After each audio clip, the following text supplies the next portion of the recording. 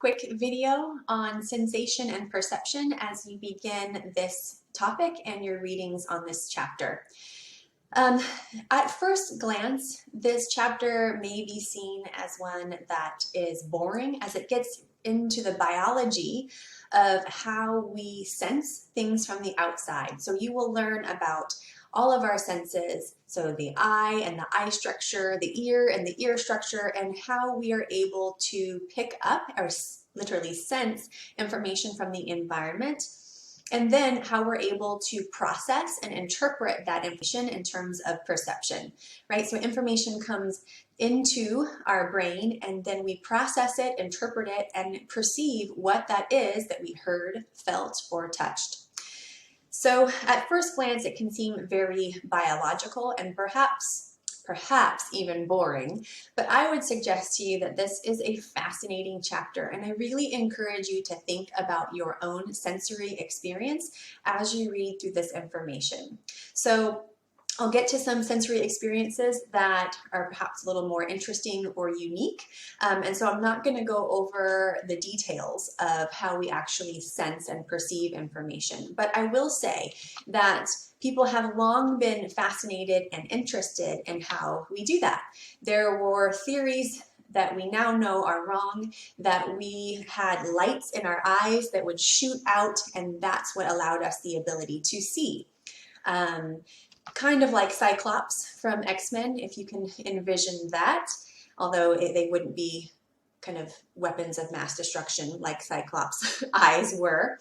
But the question would be then, if that was the case, how come we can't see in the dark? It's unbelievable, really, that that theory persisted for quite some time, given this seemingly kind of simple question, right? And its inability to answer this question. So long gone is that theory, and we now have a better understanding of actually how the eye works, how light refracts from certain things and enters the eye, and then how it is, or where it is processed in the brain. So you'll get into more details about this, as well as all of the other senses in your reading this week. What I think might be more interesting is to see how all of these senses come together. For many of us, every moment of every day is this kind of multimodal perception or sensory experience. So we have information being processed by all of our main senses all at the same time, and we have to do a very delicate balance of figuring out which sensory experience should we pay the most attention to. And so you will see some very interesting effects of that when they all come together. So for instance, I think a great example now is that so many people are wearing masks and covering the mouth. Sometimes it's harder to figure out what people are saying because you can't look at their lips and use your vision to give you cues about what they're saying. But many of us are very, very heavily reliant on our visual system. And this is why, if you think about for a moment, and we're asked if you had to kind of give up one sense, what would it be? Vision, vision, hearing, taste, and kind of this proprioception and touch. What would it be? Think about that for a moment. Many people say that they would be very reluctant to give up sight, that they might give up another sense first. And that is because for those that have little visual impairments, vision is a predominant sense. So we sense it equally with many other senses, but our perceptual system relies heavily on that information that is given through the vision or the visual system. Two examples of that, actually three here on your screen, is one, magicians or kind of optical illusions. They really take advantage of the ways in which they can trick our visual system, where we believe something because of the way we see it, right? Even though that's not the way it really is or the way it really appears. Another example here is the rubber hand illusion that you see on the screen. This is a fun illusion. You can see examples of this. You can just Google that, where people, as you can see here, they put their real hand in a way that they cannot see it, so on the other side of the screen, and they're given a picture of a rubber hand, and their real hand and this rubber hand are given the same kind of tactile information. And if they look down and it looks like their hand and they're receiving sensory input on that hand, they come to believe, even though they know it's not their real hand, their brain believes that it's their hand. So it feels as if they're really touching, stroking, and actually giving painful kind of stimuli to this rubber hand. So they will jerk away in pain if someone goes to harm this rubber hand, even though they really know this isn't their hand. Another great example of this is the McGurk Effect. My face is kind of covering it here. Let's see if I can move my screen, but it's called the McGurk Effect. If in your readings for this week, you scroll down to the very bottom of the chapter, you'll see some videos. I encourage you to check those out. One of the videos you will see is an example of this McGurk Effect, where you will hear the same the same auditory stimuli, such as ba, B-A, ba, ba. And then you will watch someone on the screen saying ba, ba.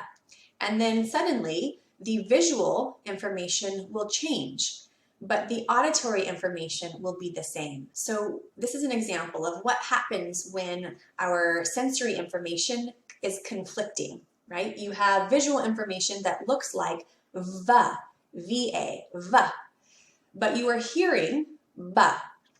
And for those that have a predominant visual system, even though you are hearing B-A, ba, you will begin to hear va, because the visual system overrides the auditory system, right? One has to be dominant.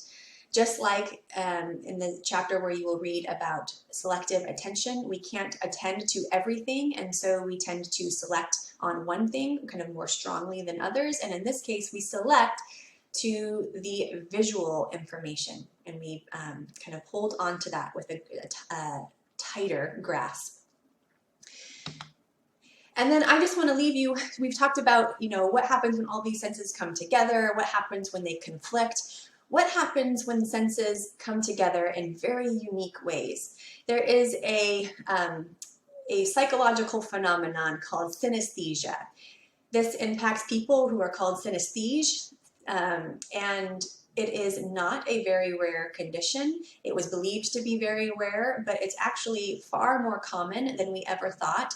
Many people aren't even aware that they have it because to them it's normal and it's just the way senses are perceived and experienced. And it's only when someone kind of questions them, like, wait, you can hear what or you see what, that they realize that this might be a kind of quote-unquote condition. So many synesthesias don't even understand they have this well into adulthood. I've known several people with this condition. What it is it's when the kind of stimulus of one sensory crosses paths, combines with the sensory, or another sensory network. So some examples, as in this picture shows. People can hear colors. People can see, so in certain sounds will have certain colors. One of the more common ones is that language has certain colors. So A might be red, B might be blue.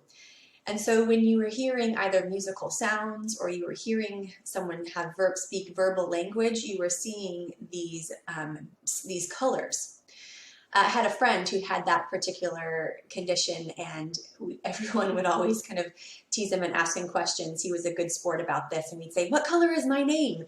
What color is my name?" And he would tell us when we said the name, or when he saw the name in writing, what color our names were. Some people will taste sounds. So something like the sound "b" might have a kind of coffee flavor, and the sound "g" might have a licorice taste. So it's this experience of the merging, the crossing of senses. So this is very fascinating. Oh, one other just example, I knew a young boy who could smell patterns. So as a very young child, his parents thought it was kind of, cute, but sometimes strange. He would be very interested and attracted to people with polka dots. and he had a polka dot blanket, and he would rub off on it. And I just thought, oh, well, it's his blankie, right? And so I later suggested, as I saw him get older and kind of continue these patterns, that he would go up and hug people with polka dots, and he would be smelling. He would be taking these big breaths in through his nose. And I thought, well, he might have synesthesia, where he might be smelling something that smells very good to him when he sees polka dots. And interestingly, he did not like stripes. So he was kind of too young to articulate this, but at the time, but I wonder if stripes had a very kind of pungent smell to him. So just an interesting example about the senses and the way in which they're perceived to kind of heighten your interest for this week's readings. I encourage you, again, to scroll down in the bottom of your chapter. So in the NOVA chapter, scroll all the way down, check out some of those videos. I also, in this Loom lecture video, post some specific examples of illusions and a TED Talk from someone with synesthesia that you can check out if you're interested. So have a great week. Enjoy the readings.